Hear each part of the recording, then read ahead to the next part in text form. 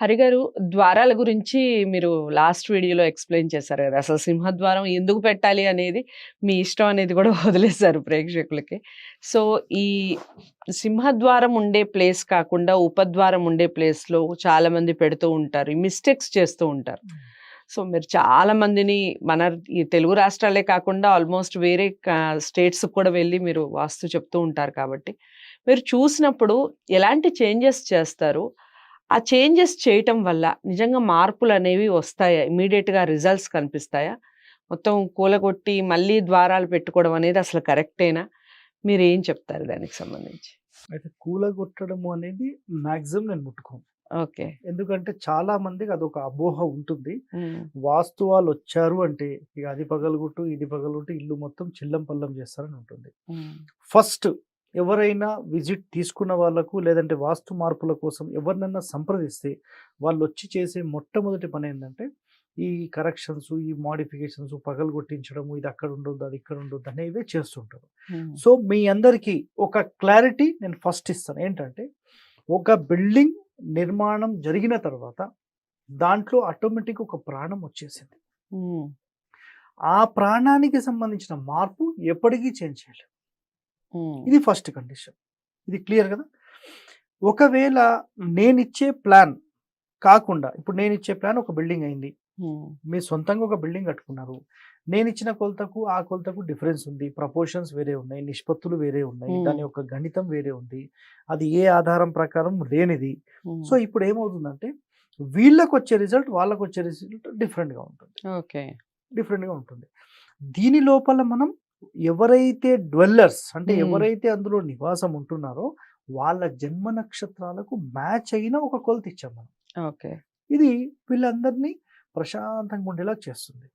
So, పక్కిల్లుంది. హ్మ్. ఈ పక్కిల్లు వీళ్ళని చూస్తూ వాళ్ళు కట్టుకున్నారు. హ్మ్. కొలతలెక్కడ? లేవు. సో, వీళ్ళ డోర్స్ వేరే, వాళ్ళ డోర్ పొజిషన్స్ వేరే. హ్మ్. ఇప్పుడు డోర్ పొజిషన్ ఎంతలో పెట్టాలనేది కూడా మేము పాయింట్ ఇచ్చేస్తాం. హ్మ్. మేము చాలా మందికేంటంటే ప్లాన్ చేసిన తర్వాత ఆటోకాడ్ ఫైల్ ఇచ్చేస్తాం. ఓకే. అంటే మా ఇంజినీరింగ్ ఫైల్ ఉంటుంది. ఆ ఫైల్ ఇచ్చేస్తాం.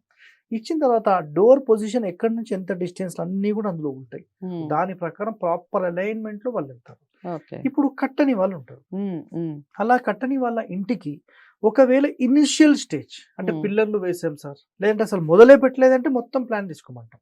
హ్మ్. చాలా మంది ప్లాన్ తీసుకోవడానికి అవాయిడ్ చేసేస్తారు.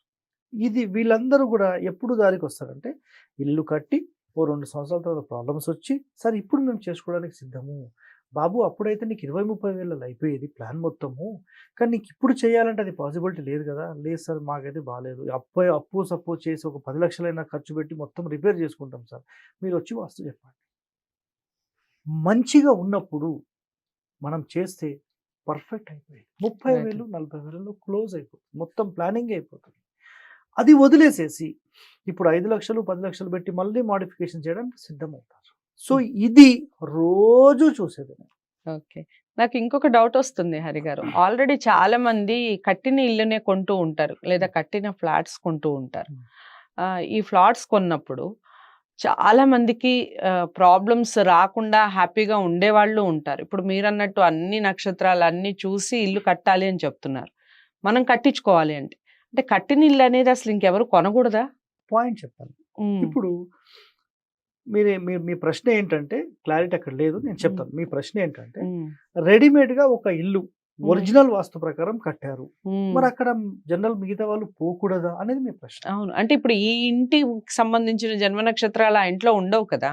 యెస్. హ్మ్. అయితే మేమేం చేస్తామంటే ఇప్పుడు గుడి ఉంది.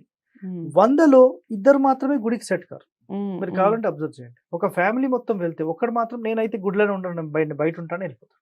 హ్మ్. అతనికి ఆ గుడి మ్యాచ్ కాలేదు. ఓకే. ఆ నక్షత్రం మ్యాచ్ కాలేదు. హ్మ్. అట్లా ఒక కుటుంబం ఒక కొత్తగా ఇంటికి ఏదన్నా కట్టారు మేము కొందామని వెళ్ళి అక్కడ ఒక 10 నిమిషాలు అట్లా ప్రశాంతంగా ఉంటే అందరూ గూడా ఎలా ఉన్నారనేది కాన్సంట్రేట్ చేయాలి. ఓకే. వీళ్ళందరూ మంచిగా ప్రశాంతంగా ఆడుకోవడం గానీ, హ్మ్. మాట్లాడుకోవడం గానీ, కోపతాపాలు లేకుండా ఉండడం గానీ, ఉన్నారనుకోండి వీళ్ళందరూ మనందరికి హ్మ్. సెట్ అయిపోయినట్టే. ఓకే. అయితే ఒక్కొక్క మనిషికి ఒక్కొక్క నక్షత్రం ప్రకారం సెట్ చేసుకుంటూ పోవాలంటే అది కష్టమే. హ్మ్. అవును. సో, ఒక పర్ఫెక్ట్ మెజర్‌మెంట్ మేము సెట్ చేసి పెట్టేస్తాం. ఆ మెజర్మెంట్లోకి ఎవరైతే వీళ్ళు వస్తారో అక్కడికి వచ్చిన మరుక్షణం ఒక రకమైన ఫీల్, అక్కడ నాకైతే ఇది నచ్చింది, నేను ఇక్కడనే ఉంటాను, ఏమైనా చేసుకో, నాకు ఇదే కొనిపి అని డిసైడ్ అయిపోతారు. అది వాళ్ళకి సెట్ అయిపోతుంది. రైట్. కొంతమంది వచ్చి లేదండి ఇది వద్దులేండి వేరేది చూసుకుందాం అయిపోయింది, వాళ్ళకి మ్యాచ్ లేదు. మ్యాచ్ అయిన వాళ్ళే వస్తారు. ఓకే. మనం రూల్స్ ప్రకారం కట్టేస్తే సింపుల్, అది అసలు Hmm. దాంట్లో పట్టించాల్సిన పనే లేదనమాట. ఓకే. సో అది చాలా సింపుల్. అయితే ఇప్పుడు మళ్ళీ మన మెయిన్ విషయానికి వస్తే, మీరు ఒక క్వశ్చన్ ఏంటంటే ఒక ఇల్లు మ్యాచింగ్ అనేది ఏదో ప్రశ్న అడిగారు కదా. అంటే ఒక ఇల్లు ఆల్రెడీ కట్టిన ఇల్లు మనం కొంటాం. ఫర్ ఎగ్జాంపుల్ నేనే ఉన్నానండి, నాకు ఒక ఇల్లు కావాలి, నేను ఇల్లు కొంటాను, దానికి మన నక్షత్రానికి ఏం సూట్ అవ్వదు కదా. అట్లా కాదు, ఇక్కడ ఏంటంటే రెడీమేడ్ గా ఎవరైతే వాళ్ళు కడుతున్నారో సూట్ కాదు. ఇప్పుడు నేను హైదరాబాద్ లో ఒక విల్లా ప్రాజెక్ట్ తీసుకుంటున్నాను, complete villa as per Harivastu project కిందకి వచ్చేస్తుంది టోటల్. అంటే నా రూల్స్ అవన్నీ డిస్కషన్ 3 నెలలు పడుతుంది. అదంతా అయిపోయిన తర్వాత నా కండిషన్స్ కి ఓకే అయితే ఆ విల్లా ప్రాజెక్ట్ వస్తుంది, లేదంటే వదిలేస్తాను అంతే. ఎందుకంటే రిస్క్ తీసుకోలేము.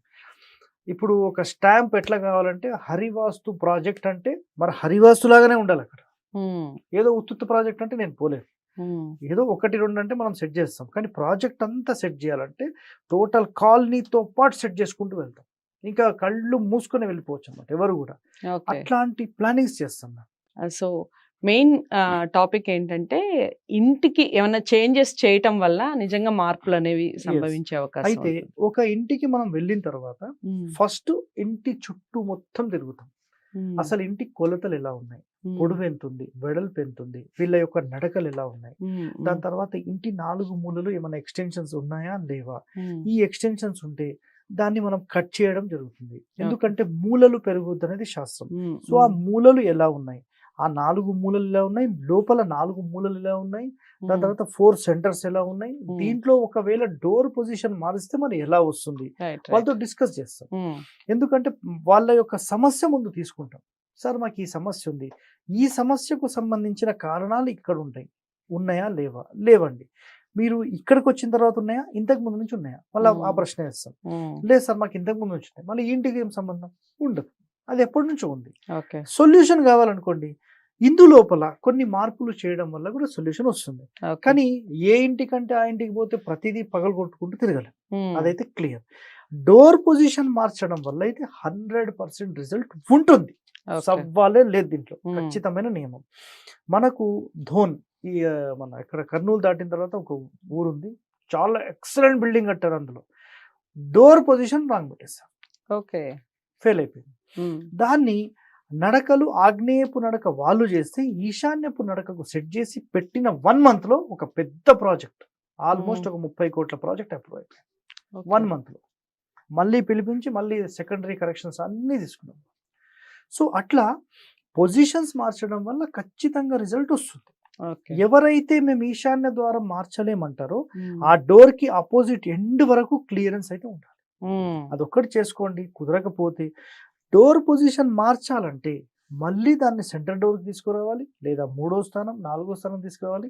మళ్ళీ దాని అపోజిట్ ఇష్యూస్ ఏమున్నాయి చూడాలి, వస్తుందా రాదా. మళ్ళీ వీళ్ళందరూ అన్నిటికీ ఒప్పుకోరు, మనం ఇంటికి పోయి అన్ని పగలగొట్టాలంటే కూడా ఒప్పుకోరు. వాళ్ళ స్థాయి ఉండొచ్చు ఉండకపోవచ్చు, మళ్ళీ 3-4 లక్షలు ఎక్కడ పట్టుకురావాలి సార్, మీరు మా చిన్నది చెప్తారేమో అని పట్టుకొచ్చినామంటారు. అందుకని ఇక్కడ ఇంకో డౌట్ హరి గారు, మెయిన్ డోర్ కి ఆపోజిట్ లో కిటికీ ఉండొచ్చా? No problem, no problem. End వరకు క్లియరెన్స్ ఉండాలి, అదే చెప్తున్నాను. ఒక మెయిన్ ముఖద్వారం ఇప్పుడు ఇక్కడ నుంచి ఎలాగైతే ఎండ్ వరకు క్లియరెన్స్ ఉంటుందో అట్లా క్లియరెన్స్ ఉండాలి మొత్తం ఎండ్ వరకు, అది చెప్పేదన్నమాట. ఎండ్ బ్లాక్ చేసామనుకోండి, ఈ తిన్నదంతా ఏమవుతుంది, అరిగి ఎక్కడికి పోదు, ఇక మొత్తం మనిషి అవుట్ అయిపోతుంది. కాబట్టి ఈ ఎండ్ టు ఎండ్ క్లియరెన్స్ ఉండాల్సిందే. సో చేంజెస్ చేయటం వల్ల, ఇంట్లో చిన్న చిన్న మార్పులు చేయటం వల్ల జరిగే ప్రయోజనాలు ఏమిటి అనేది క్లారిటీ వచ్చేసింది ఈ వీడియో ద్వారా. ముఖ్యంగా ఆల్రెడీ కట్టుకున్న ఇల్లు మనం కొనటం వల్ల మనకి ఎలాంటి లాభాలు ఉంటాయి అనేది కూడా ఈ వీడియోలోనే చెప్పారు. తప్పకుండా వీడియోని ఫస్ట్ నుంచి లాస్ట్ వరకు వాచ్ చేయండి, మీకు చాలా ఇన్ఫర్మేషన్ వస్తుంది. ఇంకా డౌట్స్ ఏమన్నా ఉంటే కామెంట్ బాక్స్లో తెలియచేయండి. హరి గారిని మీట్ అవ్వాలి అనుకుంటే తప్పకుండా స్క్రీన్ మీద కనపడే నెంబర్కి కాల్ చేయండి. వాస్తుకు సంబంధించిన పర్ఫెక్ట్ ఇన్ఫర్మేషన్, మీకు పూర్తి సమాచారం అందుతుంది. మరో మంచి వీడియోతో మళ్ళీ కలుస్తాను. తప్పకుండా వీడియోని లైక్ చేసి షేర్ చేయండి, ఛానల్ని సబ్స్క్రైబ్ చేసుకోండి. నమస్తే.